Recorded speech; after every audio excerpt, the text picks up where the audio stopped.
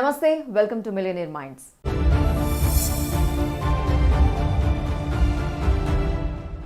చిన్నపిల్లలు ఎప్పుడైనా పార్ట్స్ అన్నీ ఇప్పేసి మళ్ళీ వాళ్ళు ట్రై చేస్తుంటే స్క్రూ ఫిట్ చేయడం కానీ ఇలాంటివి చేస్తూ ఉంటే ఏంట్రా నువ్వు మెకానిక్ అవుతావా, ఇవన్నీ ఎందుకు పాడు చేస్తున్నావు, లేకపోతే అసలు వీడికి గ్యాడ్జెట్సే వద్దు, ఇలా రకరకాలు వింటూ ఉంటాం కదా. బట్ ఈరోజు నేను ఒక ప్లేస్కి వచ్చానండి. తను మాత్రం ఏమంటున్నారంటే పిల్లలకి గ్యాడ్జెట్స్ ఇవ్వండి, దాంట్లో వాళ్ళకి క్రియేటివిటీ పెరుగుతుంది అని అంటున్నారు. ఇందుకు నేను వచ్చిన ప్లేస్ ఏంటంటే టిక్స్ రోబోటిక్స్ అనే ప్లేస్కి వచ్చాను అనమాట. ఈ టిక్స్ రోబోటిక్స్ని మన ప్రసూన దేవులపల్లి తనే స్టార్ట్ చేశారు, ఫౌండర్ తను. అండ్ ఇక్కడికి యుఎస్ నుంచి ఇండియాకి వచ్చేసి ఇది స్టార్ట్ చేయడం జరిగింది. అసలు ఇది ఎలాగా స్టార్ట్ చేశారు, ఈ స్టార్టప్లో పిల్లలకి ఎలాగ ఉపయోగపడుతుంది, ఇవన్నీ మనం తెలుసుకుందాం. పారిశ్రామిక రంగంలో ఎన్నో నూతన ఆవిష్కరణలు వస్తున్న తరుణంలో పుట్టాను నేను. కంప్యూటర్ని చూసి ఆశ్చర్యపోయిన మనిషి ఇప్పుడు తనను తానే ప్రతిసృష్టి చేసుకుంటున్నాడు. కాబట్టే ఈరోజు రోబోటిక్స్ అండ్ ఆర్టిఫిషియల్ ఇంటెలిజెన్స్ అనేది అగ్రస్థానంలో ఉంది. రాబోయే కాలం అంతా రోబోటిక్ రెవల్యూషన్. అందులో నా కంట్రిబ్యూషన్ ఏంటి?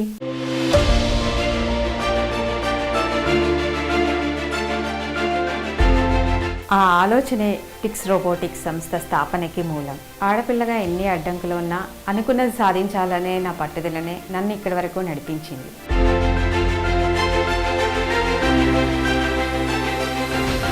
టిక్స్ రోబోటిక్స్ ఫౌండర్గానే కాకుండా నా పిల్లలతో పాటు ఎంతోమంది విద్యార్థులకు రోబోటిక్స్ నేర్పిస్తూ అబ్బురపరిచే రోబోటిక్ బిజినెస్లో రాణిస్తున్నాను.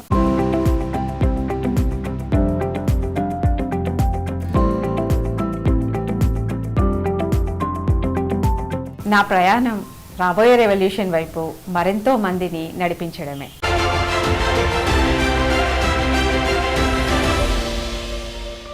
హాయ్ ప్రసూన, ఏంటి ఇండియాకి ఎందుకు ఆల్ ఆఫ్ ఎ సడన్ రావాలనిపించింది? పక్కన మంచి జాబ్ ఉంది, అందరూ అంటే యూఎస్లో ఉంటే మంచి జాబ్, మంచి వెల్ సెటిల్డ్ అనుకుంటారు కదా, అలాంటిది కాలిఫోర్నియా నుంచి ఇండియాకి all of a sudden why you have taken the decision? నాకు ఇద్దరు పిల్లలు, 6 years and 8 years ఓల్డ్.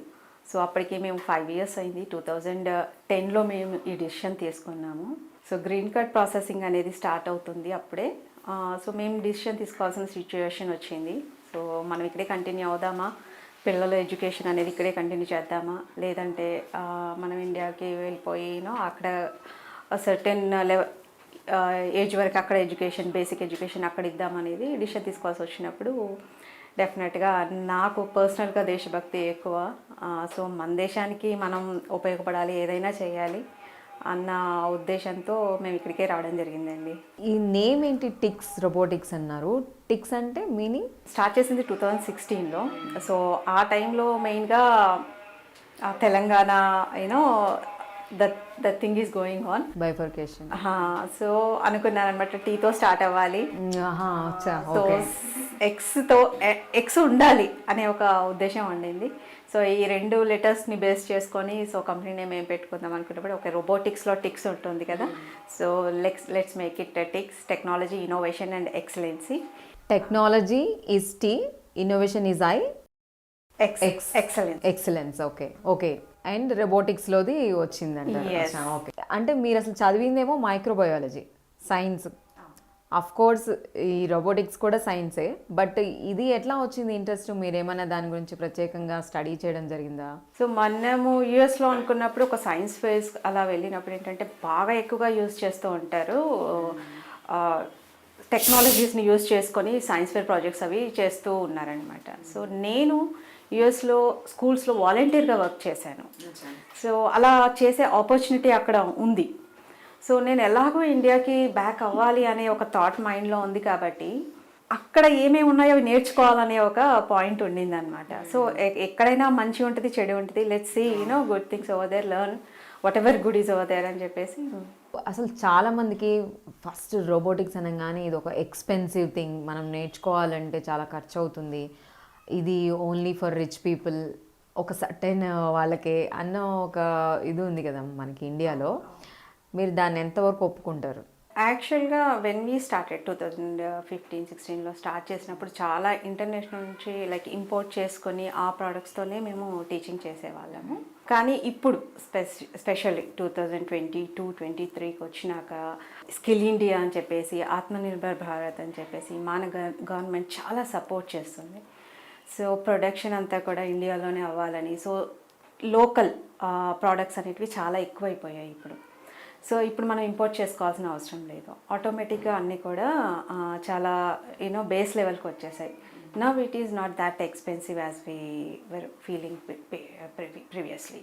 ఇప్పుడు దీంట్లో ఏంటి ఏమైనా లెవెల్స్ ఉంటాయా? ఇప్పుడు ఎల్కేజీ, యూకేజీ, ఫస్ట్, సెకండ్ లానా? సో ఇందులో వచ్చేసి first basic electronics, basic current అంటే ఏంటి, సర్క్యూట్ అంటే ఏంటి, కరెంట్ ఫ్లో ఎలా అవుతుంది, ఏసీడీసీ కరెంట్స్ కానీ అలా వాళ్ళకి ఫస్ట్ సర్క్యూట్ డిజైన్ అనేది చెప్పేసి, ఒక ఎల్ఈడి గ్లో అవ్వాలనంటే ఏముండాలి, ఒక పీసీబీ అనాలంటే ఏముండాలి, ఒక మదర్ బోర్డ్ అంటే ఏంటి, సో అవన్నీ వాళ్ళు అండర్స్టాండ్ చేసుకోవడానికి ఈచ్ అండ్ ఎవ్రీ కాంపోనెంట్ని మేము వాళ్ళకి ఎక్స్ప్లెయిన్ చేస్తాం అనమాట.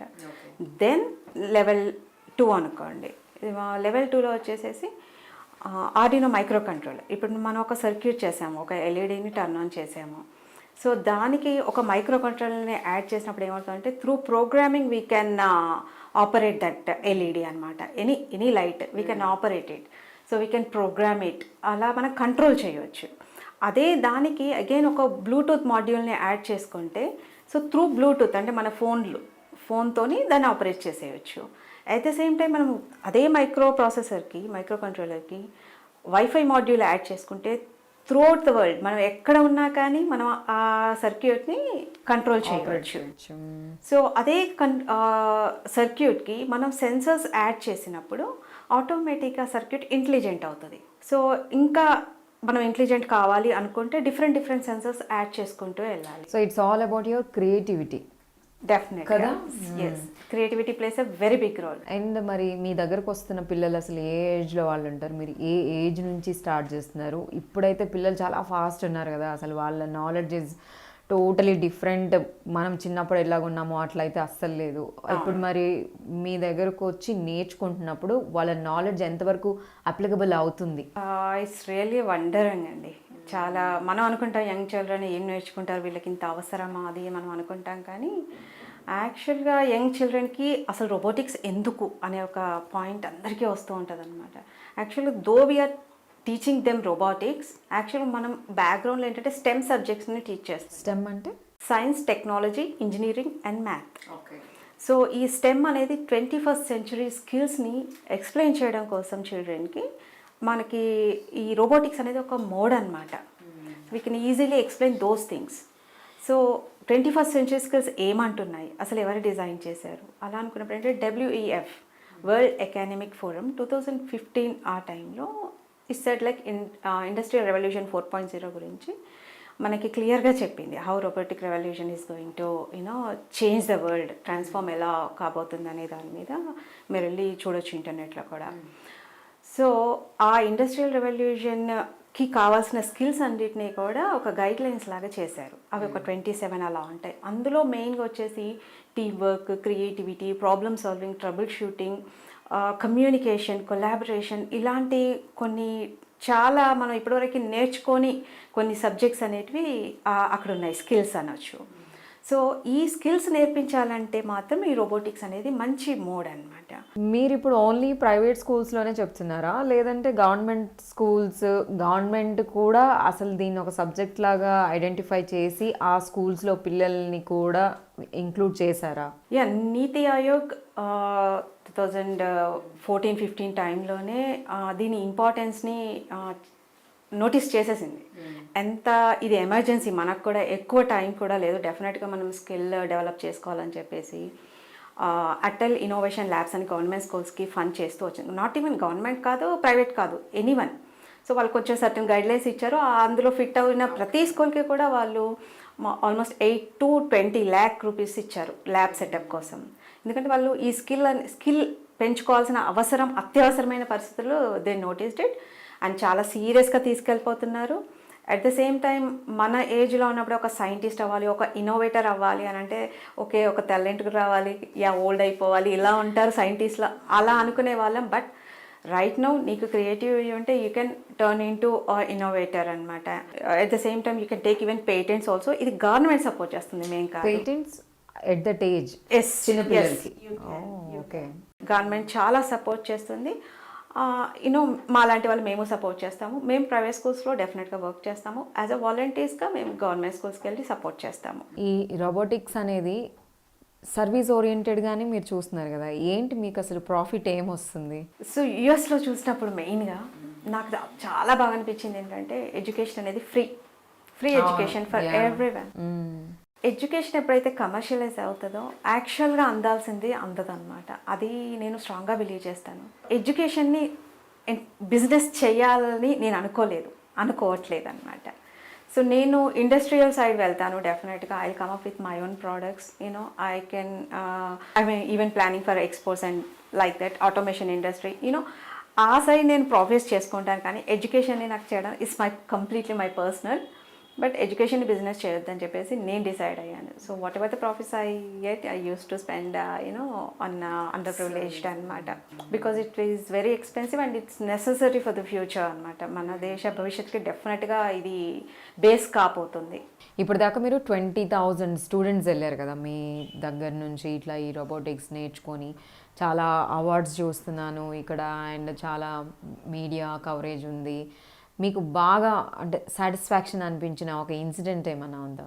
సో నేను మెయిన్గా చాలా రీసెర్చ్ చేశాను. ఇండస్ట్రియల్ రెవల్యూషన్ అనేది ఎప్పుడైతే నా థాట్కి వచ్చిందో నా పిల్లలకి నేను నేర్పించుకుందామని, ఓకే ఫ్యూచర్లోకి వెళ్తా.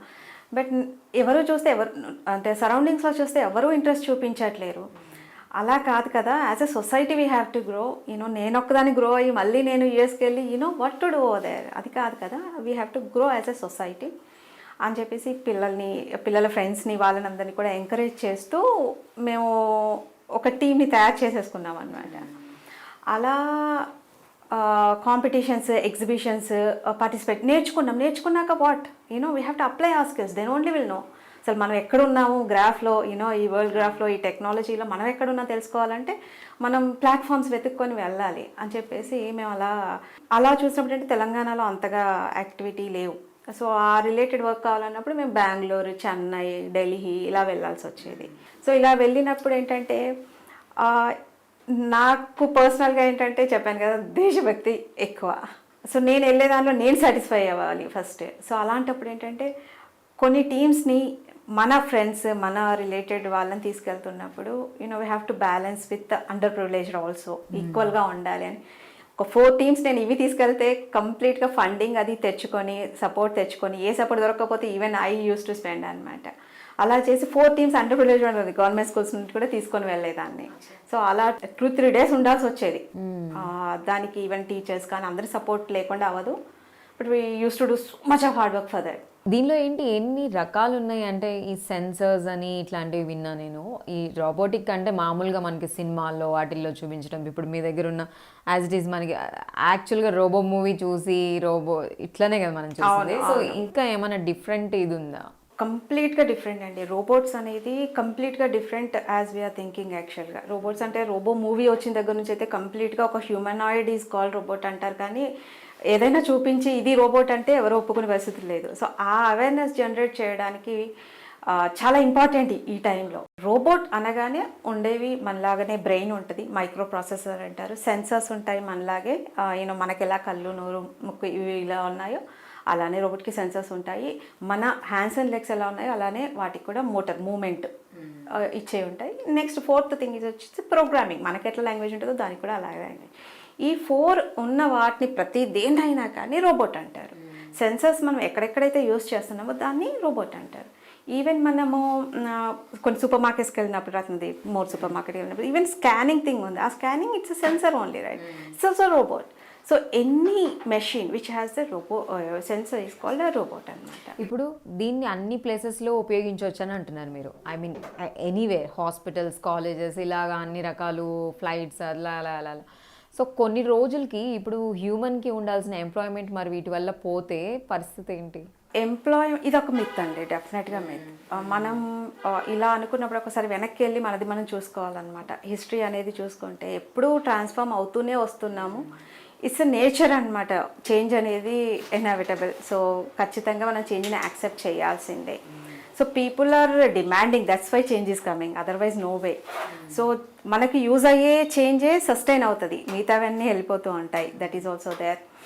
సో ఒక ఎంప్లాయ్మెంట్ అంటారా, ఐ వోంట్ యాక్సెప్ట్. మీరు చూస్తున్నారు ఇప్పుడు మనం రోడ్డు మీద వెళ్తే మనం తక్కువ ఉన్నాము, స్విగ్గీ జొమాటో వాళ్ళే ఎక్కువ ఉన్నారు. ఎంప్లాయ్మెంట్ టెక్నాలజీ మనల్ని కోవిడ్తో ఎంతలాగా చేంజ్ చేసింది అనేది మనం చూసాము. సో ఎంప్లాయ్మెంట్ అనేది మోడ్ మార్చుకుంటుందే తప్ప ఇంపాసిబుల్ అనమాట. ఎంప్లాయ్మెంట్ అంత తగ్గే ఛాన్స్ అయితే డెఫినెట్గా లేదు. బట్ హై స్కిల్డ్ జాబ్స్ మాత్రం డెఫినెట్గా పెరిగిపోతుంది. అందుకోసమని స్కిల్ అనేది మనం ఒక హై రేంజ్కి డెవలప్ చేసుకోవడం మాత్రం చాలా ఇంపార్టెంట్. బేసిక్ స్కిల్స్ అయితే పోతాయి డెఫినెట్గా. మీరు స్టార్ట్అప్ చేయడానికి, దీన్ని స్టార్ట్ చేయడానికి అసలు ఇన్వెస్ట్మెంట్ ఎంత పెట్టగలిగారు మీరు? ఇనిషియల్గా మేము జస్ట్ ఒక 1 lakh అలా స్టార్ట్ చేసామండి. అంతే. జస్ట్ ఒక 4-5 కిట్స్ తీసుకొని యూనో ఆ కిట్లతోని కమ్యూనిటీస్కి వెళ్ళి చాలా మై హోమ్, అపర్ణ ఇలాంటి time is there, time and energy and knowledge you have to keep and rather than the money. డెఫినెట్గా మనీ అనేది ఫాలో అవ్వాలి. మనం చేస్తున్న వర్క్కి మనీ అనేది ఇట్ హ్యాస్ టు కమ్. కానీ మనీనే ఫోకస్ చేసి వర్క్ చేయదలుచుకోలేదు, ఎందుకంటే ఇదంతా ఫ్యూచర్ రిలేటెడ్ వర్క్ కదా. సో దాచుకోకూడదు, మెయిన్గా నాలెడ్జ్ని షేర్ చేయాలి. అండ్ వెరీ ఇంపార్టెంట్ థింగ్ వచ్చేసి, నేను నా పిల్లల్ని ప్రాజెక్ట్స్ చేసుకొని, అంటే before we start the startup, మేము ఎగ్జిబిషన్స్కి అలా వెళ్ళే వాళ్ళం అనమాట. వెళ్ళినప్పుడు ఏంటంటే చాలాసార్లు కేటీఆర్ గారు, జయేష్ గారు, యూనో రమేష్ గారు, ఇలా వాళ్ళు ఈవెంట్స్ జరుగుతూ ఉండేవి.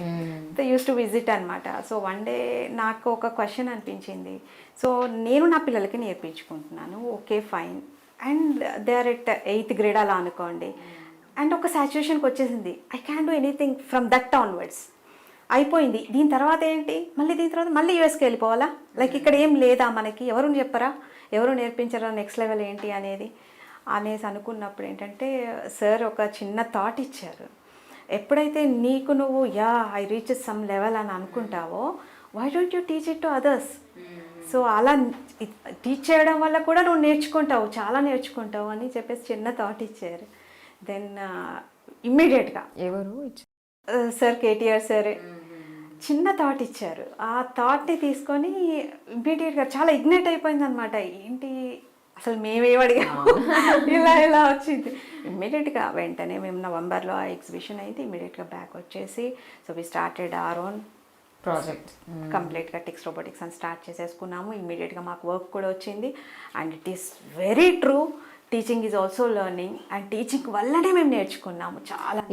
ఇది బాగుంది మీరు చెప్తుంది. అంటే నాలెడ్జ్ షేర్ చేయడం, it is very important and it is too grateful to the society. అందరికీ ఉండదు అది, యువర్ అ సపరేట్ అని చెప్పచ్చు. నేను ఎన్ని చేయగలుగుతున్నారు అని అంటే, I mean men or women, whatever it is, they need some support, family or friends or society, వాళ్ళతో ఉండేవాళ్ళు. తప్పకుండా మీ వెనకాల ఒక మంచి స్ట్రాంగ్ సపోర్టే ఉండాలి. అంటే మిమ్మల్ని చూస్తే నాకు అనిపిస్తుంది హ్యాపీగా ఉన్నారు, సాటిస్ఫైడ్ అన్ని వేస్లో. What is the secret for that one? Your family or society or friends or is there anybody else? మా హస్బెండ్ నాకు సపోర్ట్ చేస్తారు. ఓకే, నువ్వు ఏది చేయాలనుకుంటున్నావో నువ్వు అది చెయ్యి, అంతే. దానికని సపోర్ట్ చేస్తారు, అంతేగాని వేరే ఏ సపోర్ట్ కూడా లేదు. కంప్లీట్గా జీరో అని చెప్పచ్చు. ఈవెన్ నాలెడ్జ్ సపోర్ట్ కూడా లేదు, ఈవెన్ నా బ్యాక్గ్రౌండ్ కూడా లేదు. డిఫరెంట్ కంప్లీట్గా. సో నేను ఛాలెంజింగ్ పర్సన్ ముందు నుంచి కూడా. ప్రతి ఉన్న కంఫర్ట్ నుంచి ఒక అడుగు స్ట్రెచ్ చేస్తాను. సో అది నా బేసిక్ క్యారెక్టర్ కాబట్టి, దానికి హస్బెండ్ సపోర్ట్ చేస్తున్నారు కాబట్టి, సో మా ఓన్ మనీతోనే మేము మేనేజ్ చేసుకుంటూ వచ్చామన్నమాట ఇప్పటివరకు కూడా. ఇట్స్ డిఫరెంట్గా అనిపిస్తుంది, బట్ డెఫినెట్గా ఎప్పుడైనా విమెన్ వెనక నో అండి, women can do a lot. Me kids గురించి చెప్పండి. 2 kids అండి, సుహాస్ అండ్ ఆర్నవ్. సో ఈ సుహాస్ కోసం మేము యాక్చువల్గా ఒక చిన్న రోబోట్ని బై చేసి స్టార్టెడ్ అనమాట, ఎక్స్ప్లోర్ చేద్దామని చెప్పేసి 2008లో. బట్ యంగర్ వన్ అసలు చాలా సైలెంట్గా ఉండేవాడు. సో సడన్గా ఒకరోజు he took out that box. ఆ బాక్స్ తీసి తనే కింద పెట్టుకొని ఒక ల్యాప్టాప్ తీసుకొచ్చి, just 5 years old that time. I was busy with some other works. So సడన్గా వాడే ఏమంటారు సాఫ్ట్వేర్ డౌన్లోడ్ చేసుకున్నాడు, కంప్యూటర్ ఓపెన్ చేసుకొని డౌన్లోడ్ చేసుకొని చిన్న ప్రోగ్రామ్స్ చేసుకొని started working on himself. So ఈ జస్ట్ షోడ్ మీ మమ్మ చూడు అసలు ఇది ఎంత బ్యూటిఫుల్గా ఉంది, అసలు ఎంత నాలెడ్జబుల్గా ఉంది, ఇది అసలు ఎలా చేసావు అని అంటే ఇది చేశాను. ఓ బాగుంది నాన్న, ఇది మనం ఇంకా ఫార్వర్డ్ తీసుకెళ్దాము. మరి దీని తర్వాత నాకు ఇంకేమీ రావట్లేదు, ఏం చేయాలి, నీకేం కావాలి, సో నాకు ఇది ఎలా వర్క్ అవుతుంది, ఈ సెన్సర్ దీన్ని ఇలా మూవ్ చేయాలనంటే ఏం చేయాలి, ఓకే నాకు కూడా తెలీదు, బట్ నువ్వు స్కూల్కి వెళ్ళు, నేను నెట్లో సెర్చ్ చేసి I don't know that question also, okay, but ఆ రిలేటెడ్ ఇవన్నీ కూడా వీడియోస్ తీసి పెట్టేదాన్ని అనమాట. వాడి ఇంటికి వచ్చేసి నీకు ఇందులో ఏది కావాలి అంటే this part, okay you can, అలా ఒక్కొక్క స్టెప్ అనమాట. రోజు ఇంటికి రాగానే నేను అన్నీ చేసి పెట్టేదాన్ని. సో దాంతో నా నాలెడ్జ్ కూడా పెరిగిపోయింది. వాళ్ళ కోసం స్టార్ట్ చేసింది ఈరోజు ఇలా పనికి. సో అప్పుడు వాడు స్కూల్లో ఏదైతే ఫిజిక్స్ కానీ మ్యాథ్ కానీ ఏవైతే నేర్చుకుంటున్నాడో ఆ ఫార్ములాస్ వచ్చేసి ఇక్కడ ప్రోగ్రామింగ్లో అప్లై చేసేవాడు. What a wonderful. నేను చదువుకుంటున్నప్పుడు ఇవన్నీ ఎక్కడ అప్లై చేస్తాం, సార్ చెప్తున్నాడు, ఓకే ఇవన్నీ ఎక్కడ అసలు మనం యూస్ చేసేది అనుకునేవాళ్ళం. కానీ అలా అప్లై చేస్తున్న కొద్ది ఏంటంటే అసలు ప్రోగ్రామింగ్లో వండర్ఫుల్ అయిపోయాడు అనమాట. So now he's in to AI, artificial intelligence, KL యూనివర్సిటీలో 2nd year చదువుతున్నాడు. పెద్ద అబ్బాయి more into electronics, PCB designs, electronics. వాళ్ళు హెల్ప్ చేస్తుంటారా మీకు? డెఫినెట్గా మాదే టీం అనమాట ఇంకా. ఓకే, సో ఇప్పుడు మీరు ఆల్ సెట్ అంతా ఫైన్ బాగుంది, టీచింగ్ వరకే ఆగిపోకుండా ఏమైనా ప్రోడక్ట్స్ వస్తున్నాయా ఈ టిక్స్ రోబోటిక్స్ నుంచి? Atmanirbhar Bharat skill India, so ఇక్కడ నుంచి చాలా మనకి ఎంకరేజ్మెంట్ వస్తుంది. సో మనం ఏదైతే ఎలక్ట్రానిక్స్ మెయిన్గా ఏంటంటే రోబోటిక్స్ అనగానే రోబోట్స్ ఇలా ఉంటాయి, కానీ ఏ రోబోట్నైనా మనం ఒక్కసారి ఓపెన్ చేస్తే అవుటర్ షెల్ అనేది తీస్తే ఇంటర్నల్గా ఉండేటంత కూడా ఎలక్ట్రానిక్సే. సో మేము ఇప్పుడు ఏంటంటే more focusing on those things అనమాట. ఇంకా ఎలక్ట్రానిక్స్ అనగానే ఇండియా ఎంత పూర్వం మనకు తెలుసు. సో అంతా మనం చైనా నుంచే తెచ్చుకుంటాము, ఇక్కడ ప్రొడక్షన్ ఏమీ అవ్వదు. బట్ 1-2 years నుంచి మాత్రం చాలా చేంజెస్ వస్తున్నాయి. చాలా స్టార్టప్స్ ఎలక్ట్రానిక్స్లో మెయిన్గా ప్రొడక్షన్ స్టార్ట్ అయిపోయి ఇండియా సెల్ఫ్ సస్టైన్గా రావాలన్న ఒక దానిలో వెళ్తుంది. సో మేము కూడా డెఫినెట్గా we are coming up with our own products అనమాట.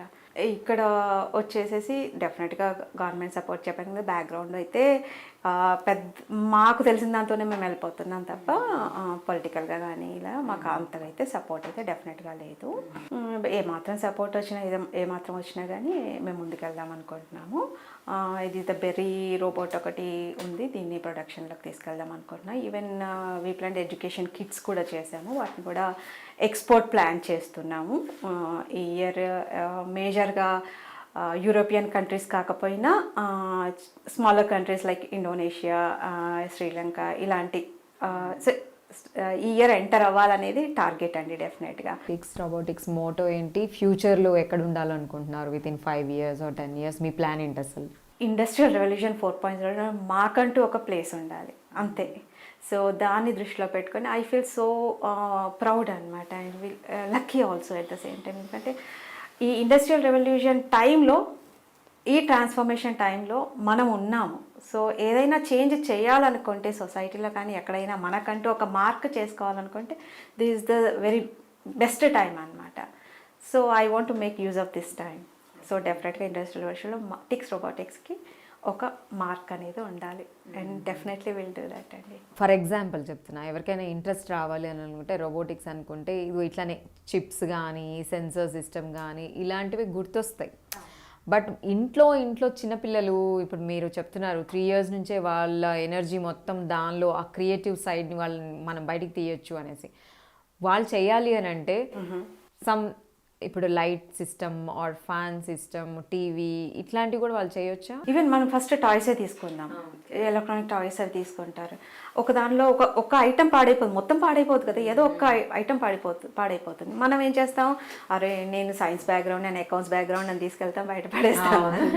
బట్ ఒక్కసారి మనం ఓపెన్ చేస్తే అక్కడ జస్ట్ లూజ్ కనెక్షన్ ఉంటుంది అంతే, ఏదో ఒక కనెక్షన్ లూజ్ అయిపోయి ఉంటుంది. నువ్వు దాన్ని కొంచెం కంట్రోల్ చేస్తే సెట్ చేస్తే సరిపోతుంది అనమాట. ఆ బేసిక్ అవేర్నెస్, అసలు ప్రాబ్లం ఎక్కడ ఉంది అని వాళ్ళు ఐడెంటిఫై చేయగలుగుతారు. ఈవెన్ ఆ పార్ట్ అనేది కంప్లీట్గా పాడైపోతే they can replace it from other toy, వేరే టాయ్ దగ్గర నుంచి. అంటే ఈ రా మెటీరియల్ అంతా కలెక్ట్ చేసుకొని పెట్టుకుంటే they can make their own toy with the help of these components it self అనమాట. సో లెట్ దెమ్, డెఫినెట్గా కిడ్స్ ఎక్స్ప్లోర్ చేస్తూ ఉంటే మనం వాళ్ళని వదిలేయాలి. ఈ పార్ట్ వస్తే పేరెంట్స్కి అసలు ఏం చెప్తారు? పేరెంట్స్ ఎప్పుడు కంట్రోల్ చేస్తూ ఉంటారు కదా. నేను ఎస్పెషల్లీ ఇక్కడ చూసాను, నేను ఇండియాలో ఇది చేయొద్దు, అది చేయొద్దు, దాన్ని ఎందుకు పాడు చేస్తున్నావు, ఎందుకు ఓపెన్ చేసావు, ఎన్ని కొన్నాను, ఇలా రకరకాలుగా. ఇవన్నీ ఏంటంటే వాళ్ళు మెంటల్గా వాళ్ళ మీద చాలా తెలియకుండా పనిచేస్తూ ఉంటాయి. అమ్మో అని భయం వచ్చేస్తుంది, ఏదైనా తీయాలన్నా ఏదైనా పెట్టాలన్నా, లేకపోతే పాడు చేయొద్దు, జాగ్రత్తగా పెట్టుకోవాలి, పాడైపోతే తిడతారేమో, ఇలాగ చెప్పే కంట్రోల్ చేసే పేరెంట్స్కి ఆ కిడ్స్ గురించి ఏం చెప్తారు మీరు? యూజువల్గా ఈ టాయ్స్ ఇవి ఇలాంటివన్నీ కూడా 5 years 12 years ఈ లోపే ఉంటాయండి. అసలు వర్రీ అవ్వాల్సిన అవసరమే లేదు. వాటి పిల్లలు మనం ఏదో చెప్తాం భయం, కానీ యాక్చువల్గా అయితే అంత భయం ఏం లేదు. So let them explore. ఆ ఎక్స్ప్లోర్ చేయడం వల్ల మాత్రమే వాళ్ళు చాలా నేర్చుకుంటారు.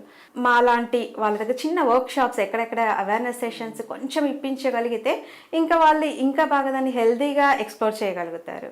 ఈవెన్ మేమైనా చేసేది ఎక్స్ప్లోరింగ్. ఆ కల్చర్ అనేది కంటిన్యూ చేయాలి. ఆ టింకరింగ్ కల్చర్ అంటాం మనం దాన్ని. ఆ సైంటిఫిక్ టెంపర్మెంట్ అని, టింకరింగ్ కల్చర్ అని right now we are using a lot. పిల్లలు కొంచెం ఇలా ఎక్స్ప్లోర్ చేస్తూ ఉంటే పేరెంట్స్ వచ్చేసి నీట్గా ఉండాలి, కమాన్ అని చెప్పేసి వాటిని మళ్ళీ సర్దేసి ఇంకోసారి పని చేయకని చెప్పి పెట్టేయడం అనేది ఇప్పుడున్న కిడ్స్కి మాత్రం అస్సలు సజెస్టబుల్ కాదండి. Parents has to involve in, వాళ్ళ ఇంట్రెస్ట్ని తెలుసుకొని దానికి రిలేటెడ్ కొంచెం నాలెడ్జ్, నేను అంటున్నాను యూట్యూబ్లో కొంచెం సెర్చ్ చేయండి, నెట్లో సెర్చ్ చేయండి, దానికి రిలేటెడ్గా కొంచెం అవేర్నెస్ ఇప్పించండి, they will shine like anything. మీకు ఈ రూమ్లో మొత్తం చాలా సర్టిఫికేట్స్ చూస్తున్నాను, అప్రిసియేషన్, మెడల్స్, కప్స్, ఇలా అన్నీ ఉన్నాయి కదా. సో మీకు బాగా స్పెషల్గా అనిపించిన ఏదైనా అవార్డు ఉందా ఇక్కడ? అది వెనకాల ఉంది, ఎన్నో కాంపిటీషన్స్ మేము చేసాము. బట్ ఈ ఫస్ట్ FIRST ఫస్ట్ అనే ఒక కాంపిటీషన్ మాత్రం ఇట్స్ ఎ వండర్ఫుల్ కాంపిటీషన్ అనమాట. వాళ్ళు ఏం చేశారంటే, కాంపిటీషన్ అనగానే మన మైండ్లో ఏమొస్తుందండి, ఒకరికొకరు పోటీ పడడం, వాడికంటే వీడు బాగా చేయాలి, వీడికంటే వాడు బాగా చేయాలి. బట్ వీళ్ళు ఏమంటారంటే ఒకరినొకరిని సపోర్ట్ చేసుకోవాలి. సో ఆ కాంపిటీషన్లో నువ్వు ఆ అదర్ టీమ్కి ఎంత హెల్ప్ చేస్తున్నావు, దాన్ని కోర్ వాల్యూస్ అంటారు. అలా చాలా బాగా డిజైన్ చేసిన core value award you got. Yes, end of the day knowledge is available for everyone. So ఇది నీడ్ టు షేర్.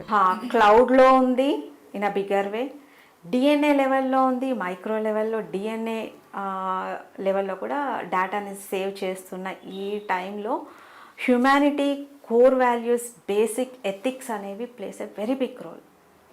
సో ఆ కోర్ వాల్యూస్ని వీళ్ళు బాగా ఫోకస్ చేసి డిజైన్ చేశారనమాట. సో మేము ఇన్ని కాంపిటీషన్స్కి వెళ్ళినా every competition will have its own style అనమాట. ఒక కాంపిటీషన్ టెక్నాలజీనే ఫుల్గా ఫోకస్ చేస్తుంది. అలా I really like this one అండి. అండ్ ఇది లెగో అంటారు, మీకు కూడా ఐడియా ఉండి ఉంటుంది, లెగో బ్లాక్స్. సో కప్స్ అంటే జనరల్గా మెటల్ మేడ్ అవి ఉంటాయి, బట్ లెగో కప్ అని అంటే అది ఇంకా డ్రీమ్ అనమాట ఎవరికైనా. And we are like mentors, we are not trainers, we are mentors. ఒక మెంటర్కి లెగో కప్ అని అంటే it's a wonderful thing. And at the national level. Yeah, okay అండి, thank you so much for your time and all the best for your future. ఇంకా success అవ్వాలని కోరుకుంటున్నాం. Thank you so much. Thank you అండి.